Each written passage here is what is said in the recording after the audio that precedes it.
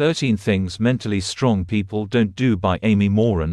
Overcome what's holding you back and live the life you dream of. As a trained psychotherapist, Amy Morin is used to helping those that are struggling. But in the year 2013, she was struggling herself. She had lost her mom and her husband, and then, after remarrying, she learned that her new father-in-law had been diagnosed with cancer. She called it her lowest point in life. Close to the breaking point, she sat down and wrote a letter to herself. In it, she made a list with 13 things that mentally strong people don't do. Later, she shared it on her blog. The article went viral and ultimately reached 50 million people. 1 year later, she made it into a book that became a bestseller and was translated into 40 languages. In the upcoming 13 pieces, you'll learn about 13 real-life examples about 13 different bad habits and how those bad habits were replaced by better ones. In the process, you'll stock up your personal toolbox for life's notorious hardships. So let's get started. Mentally strong people replace self-pity with gratitude. One day, Amy Morin witnessed a minor accident. 2 cars in a supermarket parking lot were backing up and bumped into each other. Morin watched the 2 drivers get out of the car and she couldn't help noticing something. Even though those drivers just experienced the same accident, their reactions couldn't have been more different. The first driver got out and looked almost relieved. How lucky he was that no one was seriously hurt. How miraculous that this hadn't led to a serious injury. The second driver, however, felt rather unlucky. Oh great, he moaned. Just exactly what he needed. Why does this BS always happen to him? So, what's the point? Well, the second driver is a perfect example of the first behavior that mentally strong people don't do. He is pitying himself. He is sulking, dwelling in his misfortune, throwing a pity party. People who pity themselves tend to think their problems are much worse. They complain that life is not fair, and when you ask them how their day went, they will readily hand you a list of all the things that went wrong. But as common as it is, it's also a problem. Because feeling sorry for yourself can be quite self-destructive. You're not only wasting your time, you're also training your mind to focus on the negatives, which will make you more miserable, and this in turn will make you focus even more on the downsides. Meanwhile, all the good luck and positive experiences pass by unnoticed. So, yes, self-pity is destructive. But how can you stop?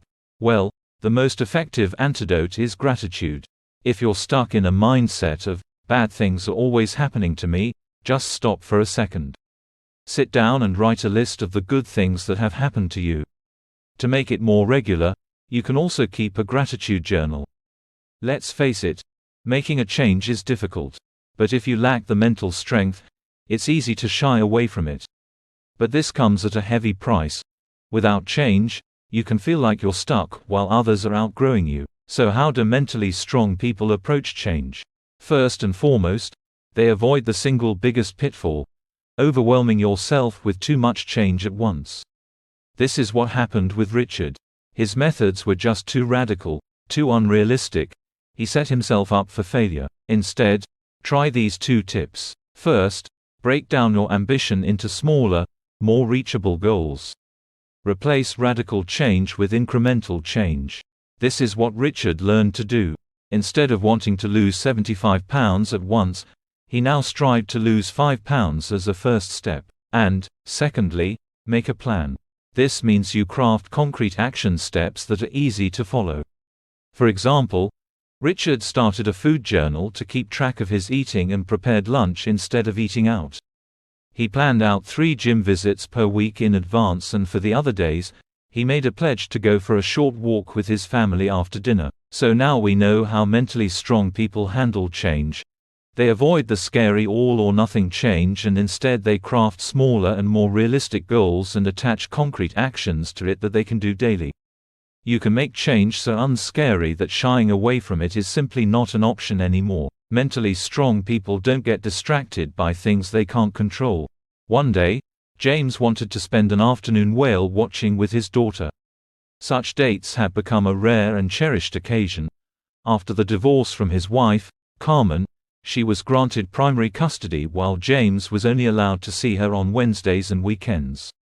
To make things even more complicated, the divorced parents were competing over their daughter's favor, trying to trump one another with gifts and fun activities. So when he learned from his daughter that her mom had taken her on a whale-watching trip just the week prior, supposedly to ruin their whale-watching trip, James was infuriated. Instead of enjoying the rare quality time with his daughter, he sent angry text messages to his ex-wife. The afternoon was ruined. So what exactly are we witnessing here? It's this. James got unnecessarily upset about something that was outside his control. But like most people, James loves to have full control over the situation. This includes telling people what and what not to do. But this just made the situation worse, spoiling the already rare quality time with his daughter. Mentally strong people, on the other hand, develop a balanced sense of control. They have a good grip of what they can and cannot control and therefore invest their time and energy more wisely. The first step here is clear. You need to acknowledge that there are some things you won't be able to change. For example, you won't be able to force your child to be an A+ student, you can't force people to follow your advice, and you cannot control illnesses or the weather. Once you've accepted that some things are out of your control, you can focus on what's actually in your sphere of influence. And then you make the best out of the circumstances. Which brings us back to James. Soon he realized he won't be able to change his ex-wife, and also has no power over how she spends her time with their daughter.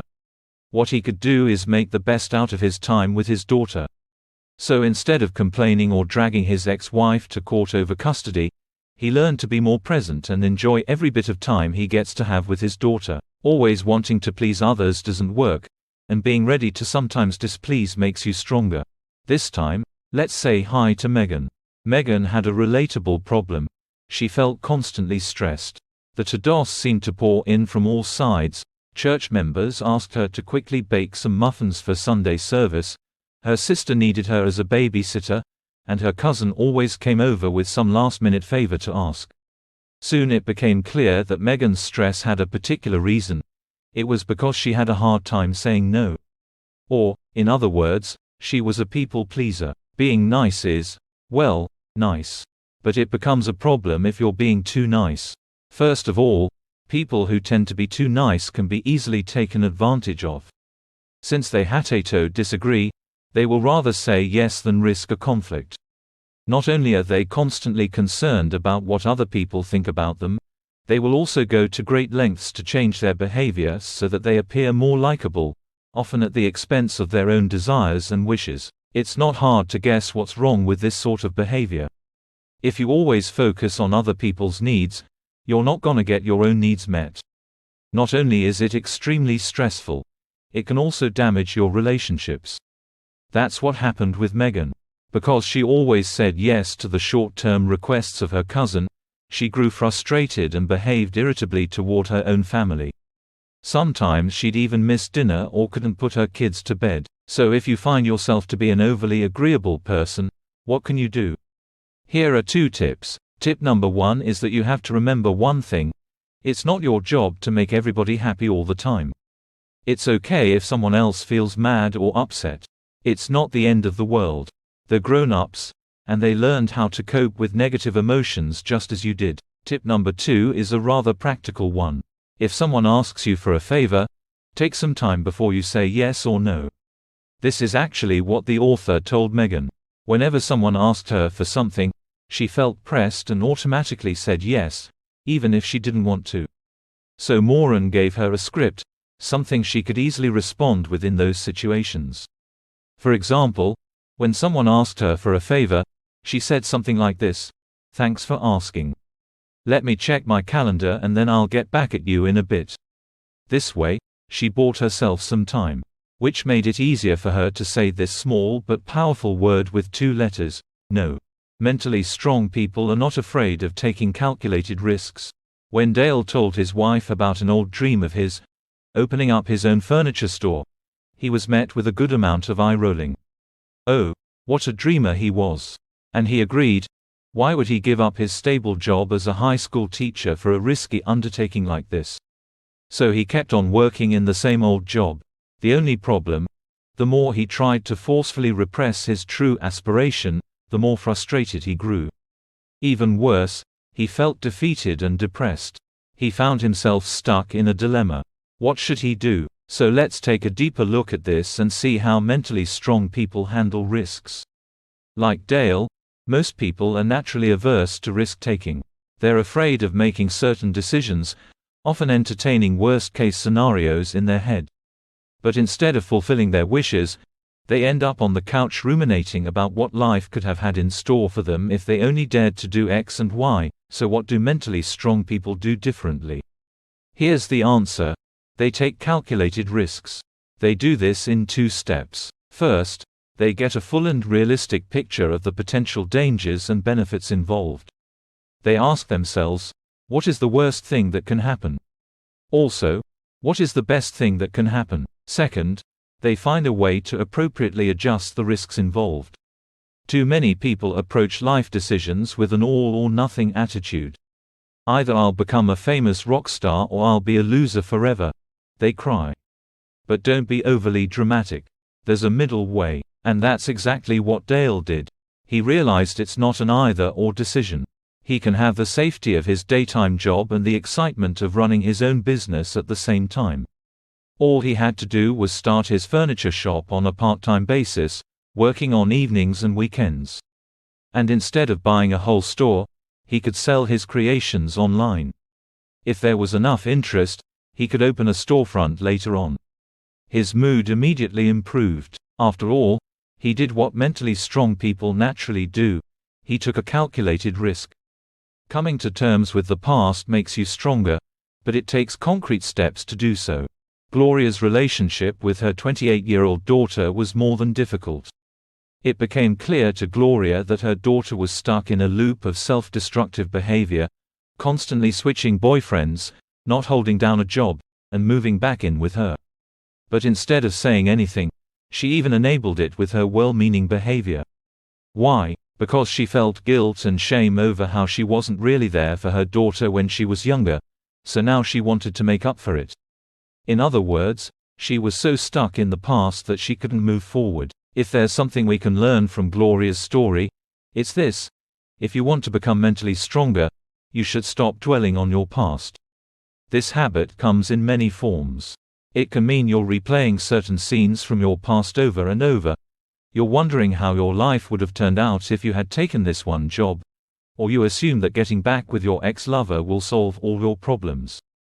Yes, a certain amount of retrospective reflection is healthy, but too much of it can be destructive. How do you stop then, you might ask yourself. Here's the trick. Instead of dwelling on your past, you should come to terms with it and then move forward. The first step here is acceptance. You've got to realize that no matter what you do, you're not going to be able to change what has happened. This may also mean that you forgive someone who has inflicted pain on you. And second, move forward. Shift your thoughts onto something new, and do this with intention. When you notice how your thoughts are spiraling back to past events, make an effort to replace those thoughts. For example, start making plans for your next vacation. Even better, come up with new goals for your future. The more you get yourself in a habit of thinking about the future, the harder it will become for your brain to go back to the past. Hence you stop dwelling on it. So far, we've been talking quite a lot about habits, but we haven't really acknowledged that habits can come in many shapes and forms. Take Gloria from the piece before. It was her thinking that was problematic, since her thoughts were so stuck in the past. This was different from Richard from point number 3, who found himself snacking in front of the TV even though he wanted to lose weight. Here we are talking about habitual behavior. And remember James, who got so upset that his ex-wife took the daughter on a whale-watching trip before he did. Well, his bad habits were all about emotions. The point here is, if you want to develop your mental strength, you need to be aware of these 3 levels of mental strength: thoughts, behavior and emotions. Some bad habits start out on one level and then have a tendency to spill over. But it also works the other way around. If you start improving one of those 3, it will affect the other 2. They are all intertwined. Mentally strong people avoid repeating the same mistakes, and this requires self-discipline. Let's take a little time machine to a small town in mid-19th century Massachusetts. We're with the businessman Roland Macy, who just launched a dry goods store, but made quite a fatal mistake. The location he chose was way too quiet, and he struggled to attract customers as a result. To drum up interest in his fledgling store, Macy organized a large parade through his town that would end up at his shop. Unfortunately, on the day of the parade it was so blazing hot that nobody turned up. He fell so deep into debt that he had to give up his business, but Macy learned from this experience and vowed not to make the same mistake again.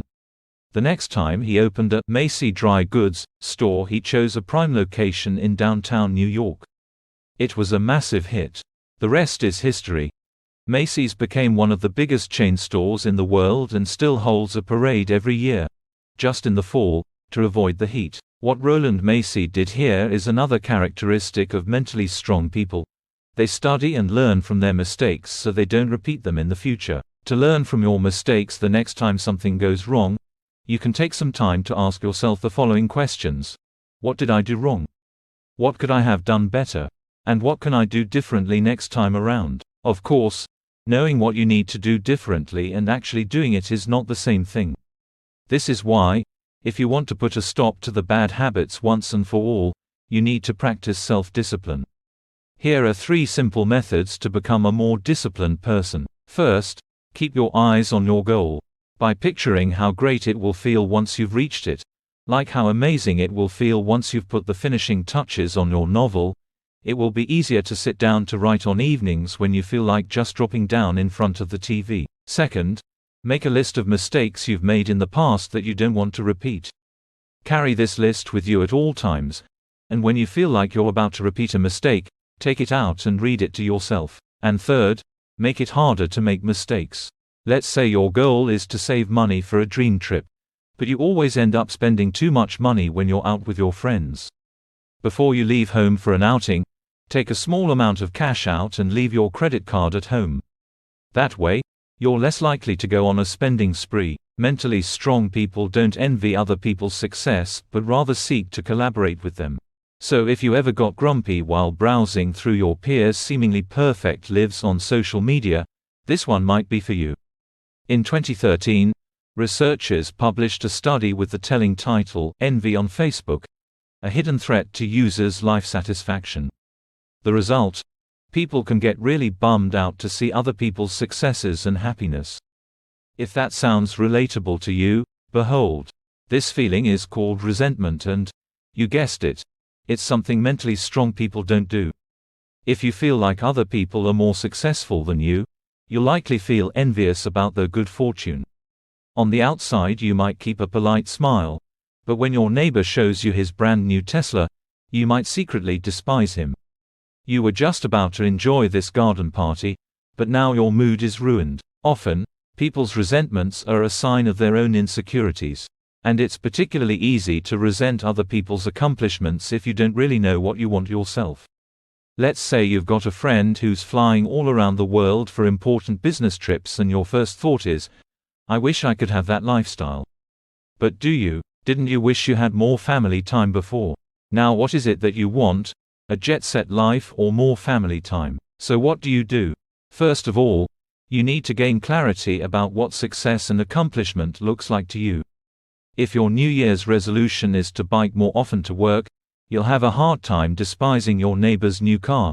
You wouldn't even want his car in the first place. Case closed. Another way to get rid of resentful emotions is a change of attitude. Life's not a rat race in which you perpetually have to outperform everybody around you. Instead of competing, think more about collaborating. Yes, you might be secretly angry about your brother's financial success, but why not ask him for some tips and learn from him? It's hard to resent someone who's about to help you out, isn't it? Mentally strong people don't give up easily, and they are self-compassionate about failure. Today, Thomas Edison is world famous for inventing the light bulb. But did you know that he also came up with contraptions like the electric pen or the so-called ghost machine? If you've never heard of these, don't worry, both were complete failures. And they were far from being Edison's only flops, at least, from our perspective. Edison himself didn't consider these attempts to be failures. Instead, he saw them as learning opportunities, chances to experiment with what worked and what didn't. Each time he failed, he considered himself to be one step closer to succeeding. But, this is not the common perspective on failure. If you drop out of college or lose an important client, your go-to reaction is not, finally, another learning opportunity. The opposite is true. It often comes with a sense of shame, an experience we want to avoid at all costs. As a consequence, some people will stop trying entirely, making it a habit to give up at the faintest sign of hardship. Obviously, giving up is not an option if you want to develop your mental strength. How do you deal with it then? We have 2 tips in store. First, get rid of unhealthy beliefs about success and failure. In the face of resistance, it's easy to make excuses that you're just not talented enough. Well, not true. Science has it that regular practice will trump natural talent. If you just put in enough hours, you'll most likely overtake anyone who doesn't. Same goes for IQ. IQ is a rather lousy predictor of success.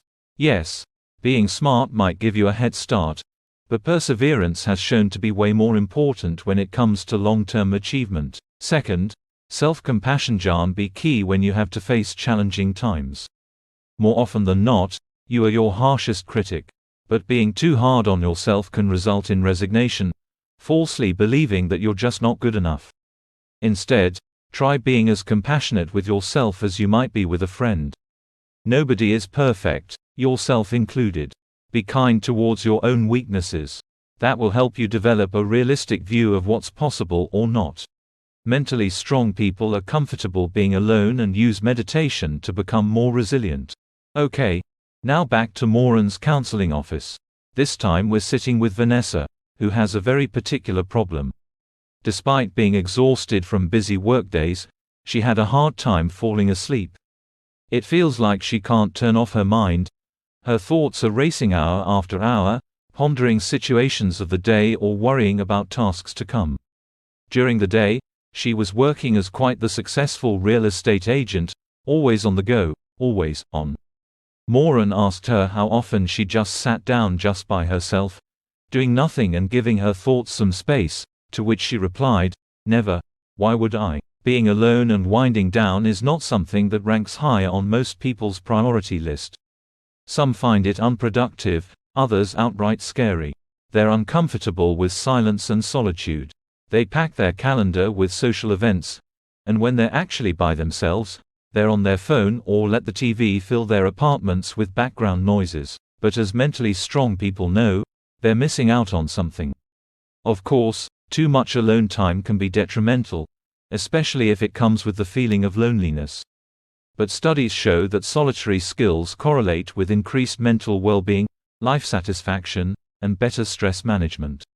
Maybe, most importantly, being by yourself helps to recharge your batteries. So how do you get more comfortable with yourself and your thoughts? It's easy to regard alone time as unimportant and disposable. So to really make time for yourself, you should schedule a date with just yourself. Put it into your calendar and tell family and friends you won't be able to see them during this time. Once you've carved out your alone time, find something that you enjoy doing by yourself. Be aware, though, TV, social media and scrolling through YouTube for cat videos doesn't count here. Instead, give your thoughts and desire to self-reflect the room it deserves. You can take up journaling, for example. Also, meditation and mindfulness are the best-known methods to quiet your mind and find a sense of peace. And by the way, that's what Vanessa did, too. She made it a habit to make some time for meditation and mindfulness practices in the evening. Her racing thoughts slowed down considerably, and before she knew it, she was lying in bed, sleeping like a baby. Many people have an entitlement mentality, but strong people concentrate on giving rather than taking. Lucas was by no means popular among his co-workers. Even though he was fresh out of college and just starting out, he behaved like a know-it-all. He constantly told his more experienced co-workers how he would do it. He thought of himself as an extremely valuable employee who deserved a promotion into a leadership position. But instead of promoting him, Lucas's boss told him to tone it down. His co-workers were annoyed by his bossy behavior. They felt like he's acting a bit, well, entitled. Even though that sounds far from relatable, we all have a little bit of Lucas inside us. To some degree, we're all inclined to believe that the world owes us something. Here's the problem. The more you think you are deserving something, the less likely it will become that you will actually earn it. If you think that the world owes you, you'll just demand it instead of putting in the effort. On top of that, unrealistic expectations about what you should get is a real turn-off for the people around you. If we sense that someone is mostly taking and never giving, well, that will make us avoid this person. So how do you get over your sense of entitlement? Most importantly, you should become aware of it. Feeling that the world owes you doesn't mean you're walking through life like a princess. Most of us show more subtle forms of entitlement. It's mostly hidden in your thought patterns. If you believe there's something exceptional about you, if you think a law doesn't apply to you because it's stupid, or if you simply think, life isn't fair, I deserve better than this, then these are signs of an entitled attitude. So instead, let's try some humility for a change. For starters, let's acknowledge that you have weaknesses, too. Yes, I know, hard to grasp, but for real, you are not perfect. Like everybody else, you have shortcomings, insecurities and traits that make you less of a Prince Charming, and by the way, that's perfectly fine. Also, let's receive critical feedback with some more humbleness, shall we? Since we're not perfect, the other person probably has a point. We might not agree entirely, but dismissing this person as stupid isn't helpful, either. After all, that's what Lucas managed to do as well. He realized what kind of unfavorable impression he left with his co-workers and made a pledge to change. He stopped assuming that he knew everything better and grew open to learn more from those around him. And who knows, with this attitude he might earn the promotion after all. Mentally strong people recognize that achievements take time and that progress isn't always immediately apparent. If there's one weakness that Marcy had, it was her notorious impatience. When her kids or co-workers wouldn't comply with her pace, she'd say, "I'm not getting any younger." She'd read dozens of self-help books, but was disappointed when they didn't magically change her life overnight. She abandoned therapy just after a few sessions because she didn't see the immediate results that she wanted. What she was desperately looking for was a shortcut, a magic pill that would eliminate her dissatisfaction with life. Unfortunately, as mentally strong people know, this pill doesn't exist. In a world of 24-hour delivery, on-demand streaming and fast food, most people are used to getting what they want as quickly as possible. But if instant gratification becomes an overall expectation, you're gonna have some problems in your life. The hard truth is, change is hard and progress is not always immediately apparent. The question is how you handle this. If you're like Marcy, you might get discouraged easily and abandon your efforts prematurely. This means you'll never reap those special benefits that only come with a long-term commitment. Some things, like an education, an important career step or an artistic breakthrough, only come after years of hard, unrewarding work and perseverance. The first step of embracing the long haul is to create realistic expectations. If you expect quick and painless success, you're setting yourself up for disappointment and frustration. Also, beware of fixed and unshakable deadlines for your goals. While it's good to have an approximate idea of when you would like to finish, making it an all-or-nothing situation can certainly backfire. And then, practice perseverance. Try to abstain from instant gratification more often. Say no to the cookie or the impulse online shopping. But no matter how self-disciplined you are, you will also need some moments of accomplishment. So try to create them yourself. Try to break down your big goal into smaller short-term objectives, and once you've reached them, celebrate. If you accomplish milestone after milestone, it's going to energize you for the overall journey.